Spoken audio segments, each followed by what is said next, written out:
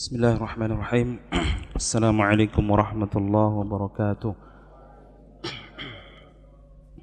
Innal hamdalillah nahmaduhu wa nasta'inuhu wa nastaghfiruhu wa na'udzu billahi min shururi anfusina wa min sayyiati a'malina. Man yahdihillahu fala mudilla lahu wa man yudlil fala hadiya lahu.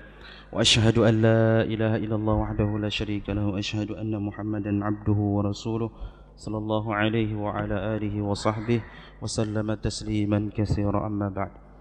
فأيها الإخوة والأخوات rahimani wa rahimakumullah. Alhamdulillah, kita senantiasa bersyukur kepada Allah Subhanahu wa taala atas segala nikmat yang Allah curahkan kepada kita semua. Insyaallah taala pada malam hari ini kita akan melanjutkan kembali kajian kita membahas kitab Al-Arba'un fi Mabani al-Islam wa Qawaid al-Ahkam yang dikenal dengan Al-Arba'un An-Nawawiyah. Dan kita sekarang insyaAllah masuk kepada hadis yang ke-18.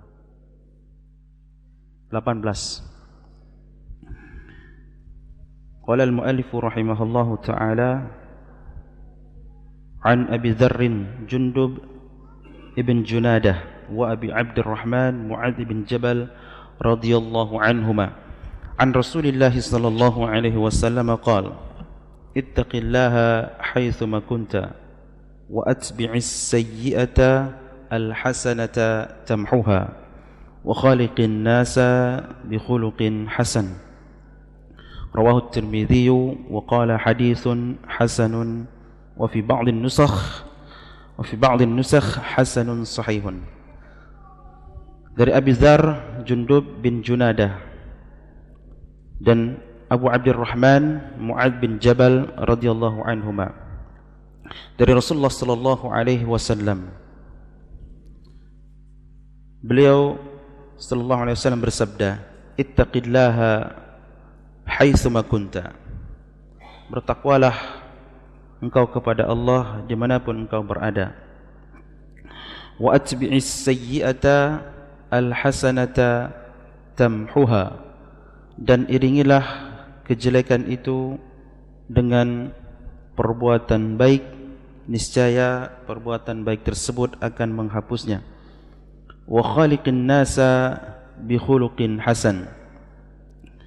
Dan pergaulilah manusia dengan pergaulan yang baik, dengan akhlak yang baik. Hadis ini diriwayatkan oleh At-Tirmidzi dan At-Tirmidzi mengatakan hadisun hasan. Hadisnya hasan, dan di sebagian naskah disebutkan hasanun sahih, hasan sahih. Baik. Hadis ini mungkin bisa kita beri judul dengan at-taqwa wa husnul khuluq. Takwa dan akhlak yang terpuji. Takwa dan akhlak mulia.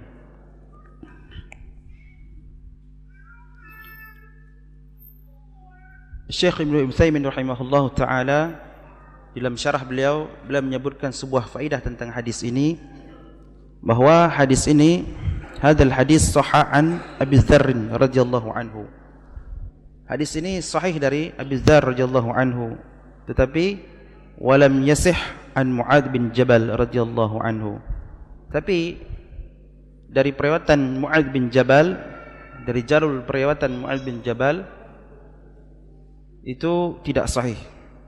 Wa in kana qad asyara at-Tirmidzi ila riwayat Mu'adz radhiyallahu anhu. Meskipun At-Tirmidzi mengisyaratkan kepada riwayat Mu'adz radhiyallahu anhu.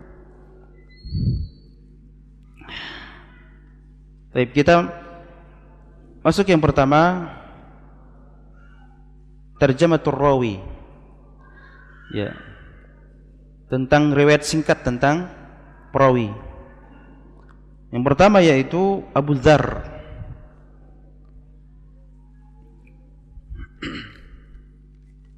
Abu Dharr, beliau adalah Jundub ibn Junadah ibn Qais ibn Amr ibn Malil ibn Sa'ir ibn Haram ibn Affan Al-Ghifari.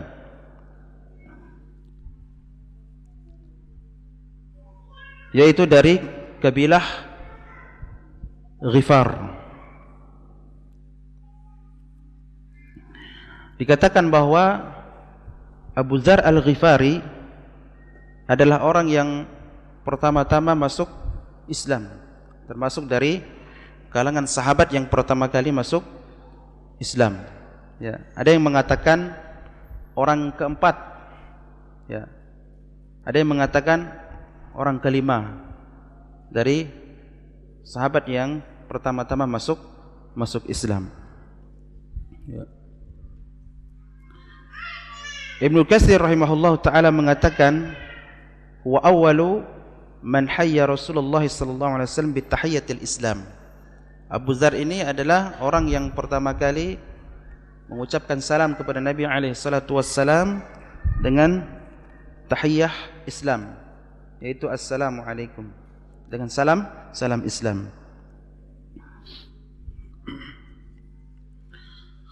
Kemudian Abu Dzar Al-Ghifari ketika dia telah masuk Islam, maka Rasulullah sallallahu alaihi wasallam memerintahkan kepadanya untuk mendakwahkan kaumnya. Maka Abu Dzar Al-Ghifari beliau kembali kepada kaumnya dan mendakwahkan kaumnya. Ada yang masuk Islam, ada juga yang tidak masuk Islam. Kemudian dia terus menetap di negerinya tersebut sampai kemudian Nabi alaihi salatu wassalam berhijrah. Beliau pun radhiyallahu anhu yaitu menyusul berhijrah ke Madinah, menyusul Nabi alaihi salatu wassalam, yaitu setelah perang Khandaq. Lalu kemudian setelah itu beliau radhiyallahu anhu senantiasa menyertai Nabi alaihi salatu wassalam, baik dalam keadaan Nabi sallallahu alaihi wasallam tidak safar ataupun dalam keadaan safar. Beliau selalu menyertai Nabi alaihi salatu wassalam. Dan disebutkan oleh Ibnu Katsir rahimahullah taala bahwasanya Abu Dzar Al-Ghifari ini banyak sekali meriwayatkan hadis dari Nabi alaihi salatu wassalam. Kemudian perawi yang kedua yaitu Mu'ad ibn Jabal, bahwa Ibnu Jabal Al-Khazraji Al-Ansari, yaitu Ibnu Jabal Al-Khazraji Al-Ansari. Ya. Mu'adz bin Jabal termasuk dari sahabat mulia Nabi alaihi salatu wassalam yang menyaksikan berbagai macam perperangan, artinya mengikuti berbagai macam peperangan bersama Nabi alaihi salatu wassalam. Dan Mu'adz bin Jabal ini dikenal sebagai orang yang paling alim, ya, sehingga Nabi alaihi salatu wassalam mengatakan, a'lamu ummati bil halali wal haram Mu'adz bin Jabal, yang paling mengerti, yang paling paham tentang hal dan haram dari umatku, ya, adalah Mu'adz bin Jabal.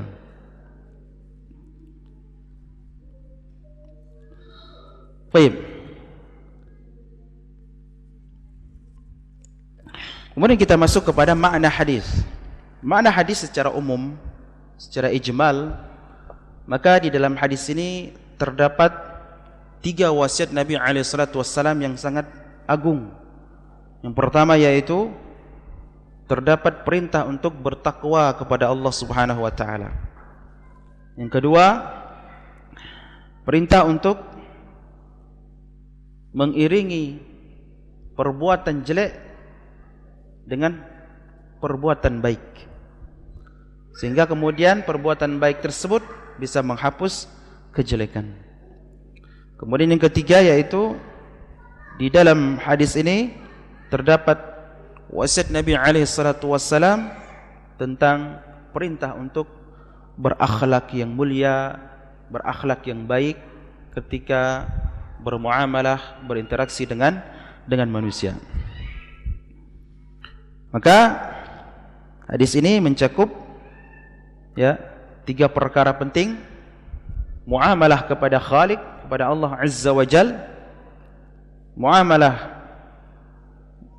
yang kedua yaitu bagaimana bersikap, bagaimana amalan yang dilakukan seseorang ketika dia melakukan sebuah kejelekan, sehingga kejelekan tersebut bisa terhapus, yaitu dengan diiringi dengan melakukan kebaikan. Kemudian yang ketiga, bagaimana bermuamalah kepada manusia atau bersama manusia. Sabda Nabi SAW, ittaqillaha, bertakwalah kepada Allah, maksudnya adalah ij'al bainaka wa bainallahi wiqayatan bifi'li awamirihi wajtinabi nawahihi. Sabda Nabi SAW yang pertama, Nabi SAW mengatakan ittaqillaha, bertakwalah kepada Allah. Di sini maksudnya, jadikanlah antara dirimu dan Allah satu pelindung, yaitu dengan melakukan perintah-perintah Allah dan menjauhi larangan-larangannya. Ya. Yaitu melindungi, menjadikan antara seseorang dengan Allah, antara manusia dengan Allah, suatu pelindung, ya, suatu pembatas, suatu penghalang yang menjaganya dari perkara-perkara yang ia takutkan, dari perkara-perkara yang ia waspadai, yaitu berupa azab dan siksaan Allah Subhanahu wa taala. Maka ia jadikan penghalang dari semua itu, dari kemurkaan Allah, yaitu dengan melakukan, ya, perkara-perkara yang Allah Subhanahu wa taala perintahkan dan menjauhi apa-apa yang Allah Subhanahu wa taala larang. Maka inti daripada takwa itu adalah fi'lul awamir wajtinabu an-nawahi. Ya.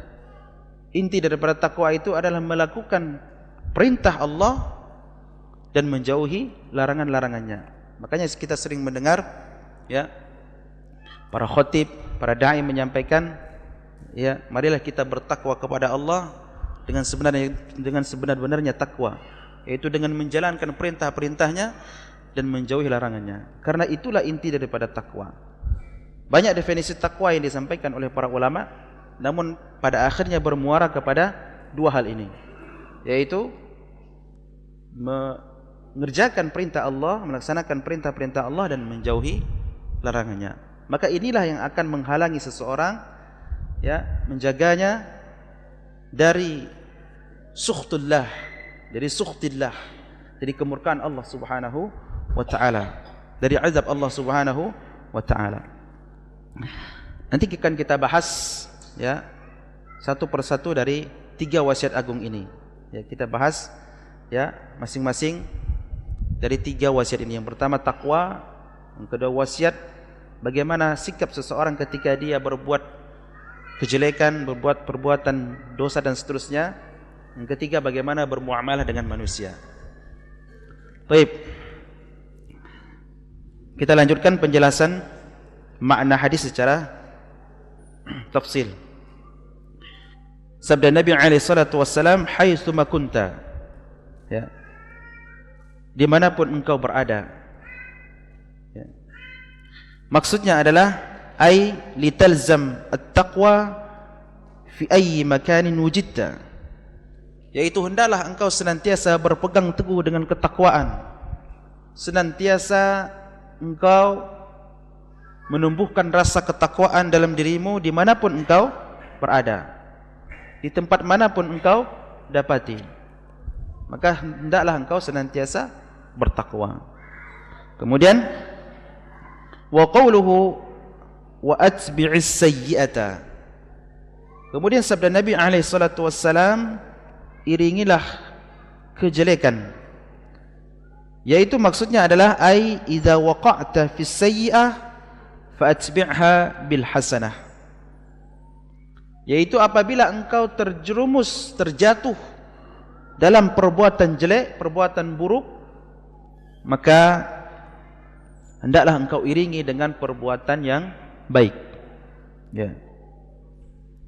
Dan perbuatan jelek itu, perbuatan buruk itu as-sayyi'ah imma fi'lul muharram wa imma tarkul wajib. Perbuatan jelek itu bisa bermakna yaitu melakukan perbuatan yang haram ataupun meninggalkan yang wajib. Yaitu melakukan perbuatan yang haram yang Allah larang ataupun meninggalkan apa yang Allah Subhanahu wa taala perintahkan atau yang Allah wajibkan. Maka ini termasuk ya fi'lus sayyi'ah, melakukan as-sayyi'ah, melakukan perbuatan jelek, perbuatan buruk. Wa qauluhu sallallahu alaihi wasallam, kemudian sabda Nabi alaihi salatu wasallam, tamhuha, yaitu kebaikan akan menghapusnya, yaitu tuziluha, akan menghilangkan kejelekan yang tadi ia kerjakan. Ya. Dan mengiringi kejelekan dengan kebaikan itu memiliki dua kondisi. Yang pertama, seseorang itu meniatkan, menghadirkan ketika dia melakukan sebuah kebaikan itu, dia berniat, berharap kepada Allah bahwa kejelekan yang ia lakukan itu terhapus dengan perbuatan atau amal kebaikan yang ia lakukan. Ini yang pertama. Jadi mengiringi kejelekan dengan kebaikan itu ada dua kondisi, ada dua keadaan. Ya. Yang pertama, seseorang melakukan kebaikan itu dia menghadirkan dalam perbuatan yang ia lakukan, dihadirkan dalam hatinya, dalam niatnya, dia meniatkan itu untuk bisa menghapus kesalahan-kesalahan, kejelekan-kejelekan yang telah ia lakukan. Kemudian yang kedua, yaitu ia mengiringi kejelekan itu ya dengan perbuatan baik tanpa ada menghadirkan niat, yaitu untuk menghapus kejelekan itu. Ya. Maka dua kondisi ini, adapun kondisi yang pertama, ya, maka ini pasti menghapuskan kejelekan itu. Ya. Kata ulama, ini pasti ya fayuziluha qat'an, secara pasti. Maka ini akan menghapusnya secara pasti. Karena dari awal dia meniatkan ketika dia melakukan kebaikan itu, ya, dia berniat Allah menjadikan kejelekan-kejelekan dia dihapuskan. Ya. Li'annaha fil waqi' hiya taubah. Karena secara faktanya itulah taubat yang diharapkan. Taubat yang sesungguhnya. Ketika seseorang bertaubat, maka yang diharapkannya apa? Ya, dosa dan kesalahannya diampuni oleh Allah Subhanahu wa taala dan dihapuskan oleh Allah Subhanahu wa taala. Itu harapan seorang hamba. Ya. Makanya Nabi alaihi salatu wasallam mengatakan, "At-taibu minadz-dzambi kaman la dzamba lahu." Orang yang bertobat dari suatu perbuatan dosa itu seperti halnya orang yang tidak memiliki dosa. Ya. Karena dosa-dosanya dihapuskan, ya, kejelekan-kejelekannya dihapuskan oleh Allah Subhanahu wa taala. Adapun kondisi yang kedua, maka di sini ada dua kemungkinan. Kemungkinan yang pertama, bahwasanya perbuatan baik yang ia lakukan itu akan menghapuskan perbuatan buruk yang telah ia kerjakan. Ya. Tapi juga memiliki kemungkinan bahwa perbuatan buruk yang dia kerjakan, perbuatan dosa yang ia kerjakan itu tidak terhapus.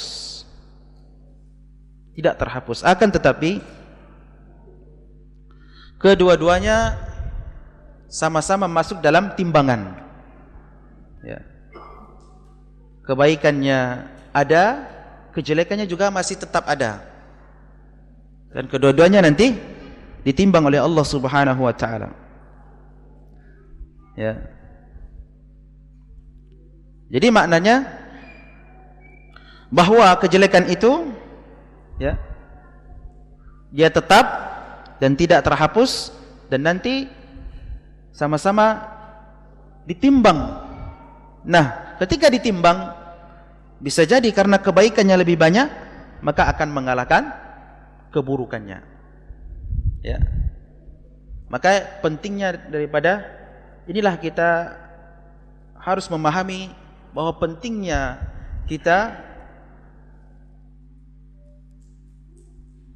menumbuhkan niat di dalam hati kita dalam setiap amal kebaikan yang kita kerjakan, bahkan dalam setiap perbuatan yang kita kerjakan, sekalipun itu perkara mubah. Karena perkara mubah sekalipun ketika kita meniatkan untuk suatu kebaikan, untuk ketaatan kepada Allah, maka itu berubah menjadi suatu yang bernilai pahala di sisi Allah Subhanahu wa taala. Ya. Maka penting untuk kita senantiasa ya menanamkan niat dalam hati kita ketika kita melakukan suatu perbuatan.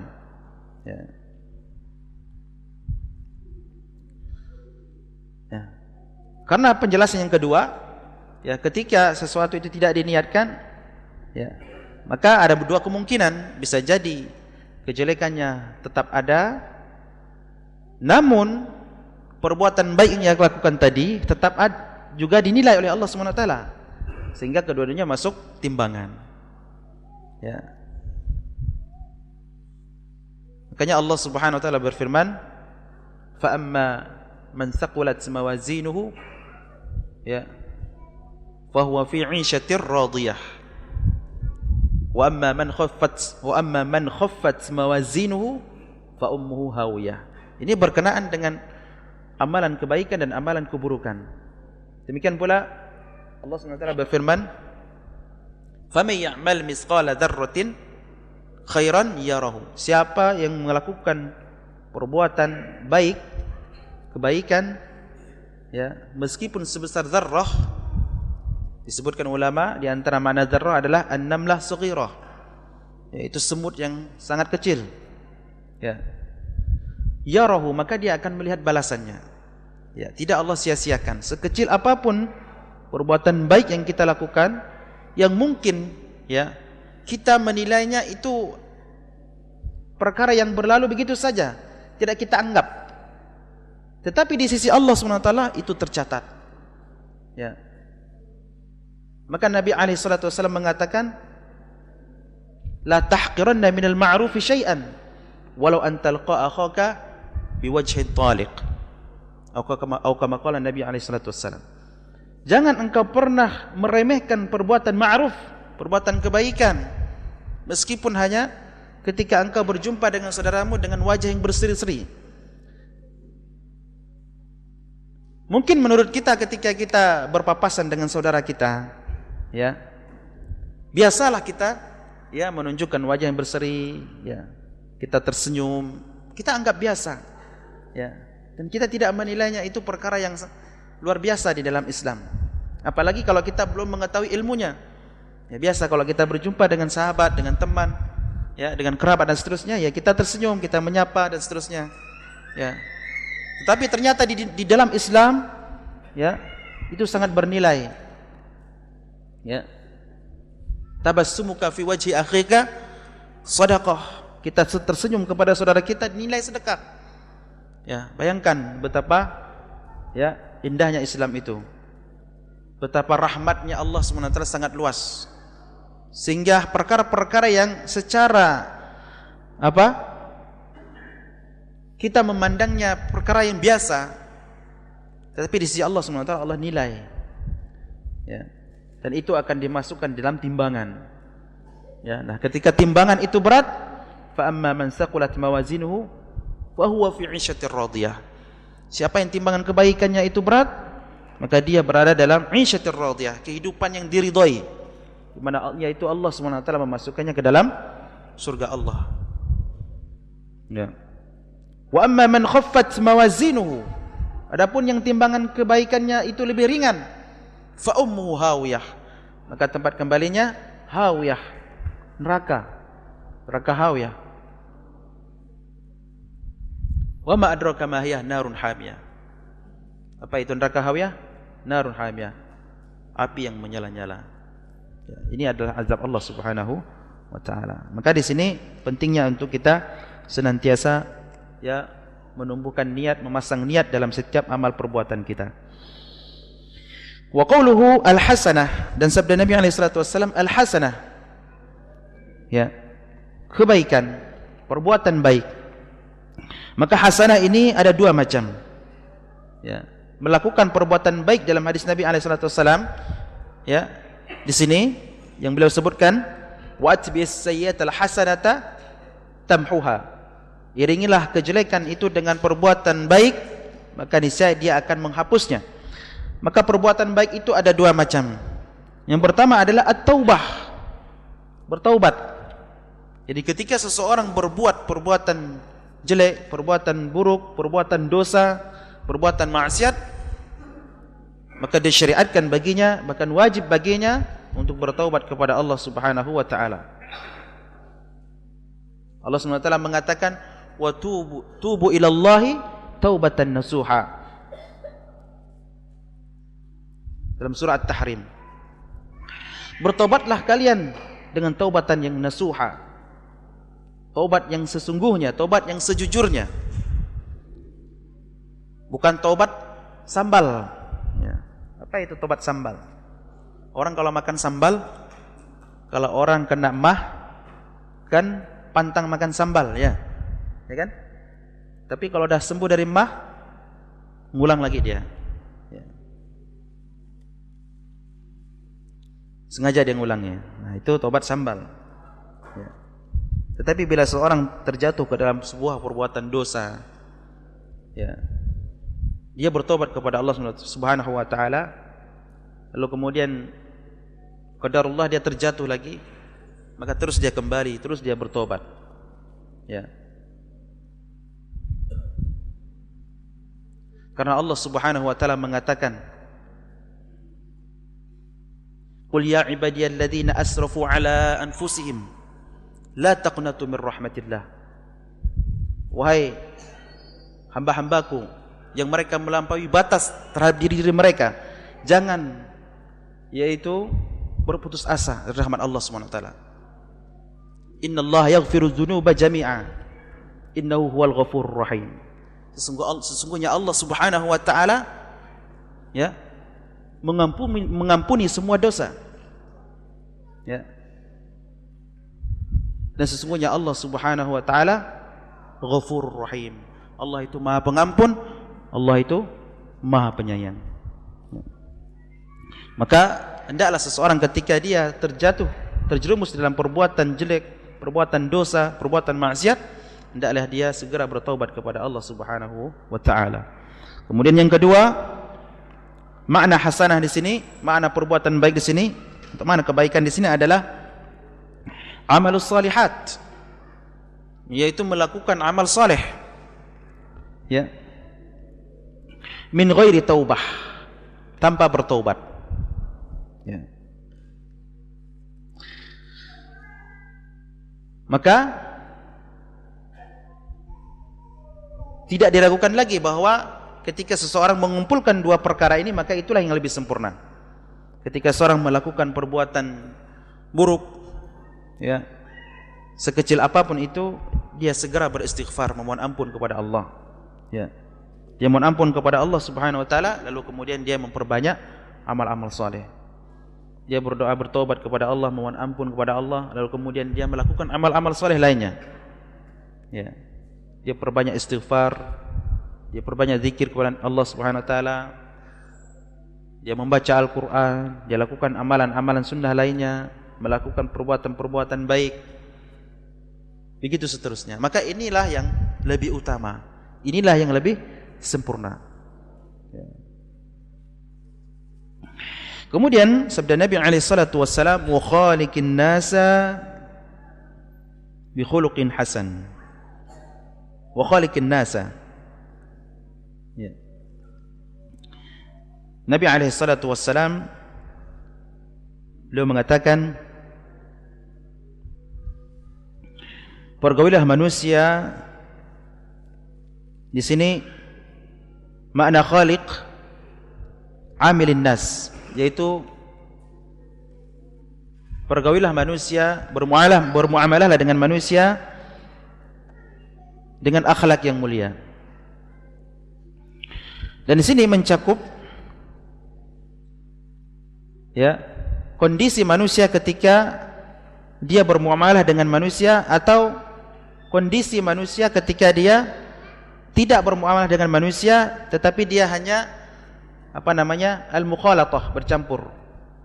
Jadi makna amilin atau khaliqin nasa, makna khaliqin nasa ini ya, pergaulan manusia, yaitu ketika seorang memang melakukan interaksi dengan manusia secara langsung, muamalah dengan manusia secara langsung. Ya, contohnya apa? Muamalah dalam jual beli misalkan. Ya. Dalam kita sehari-hari berbicara dengan orang lain, ya.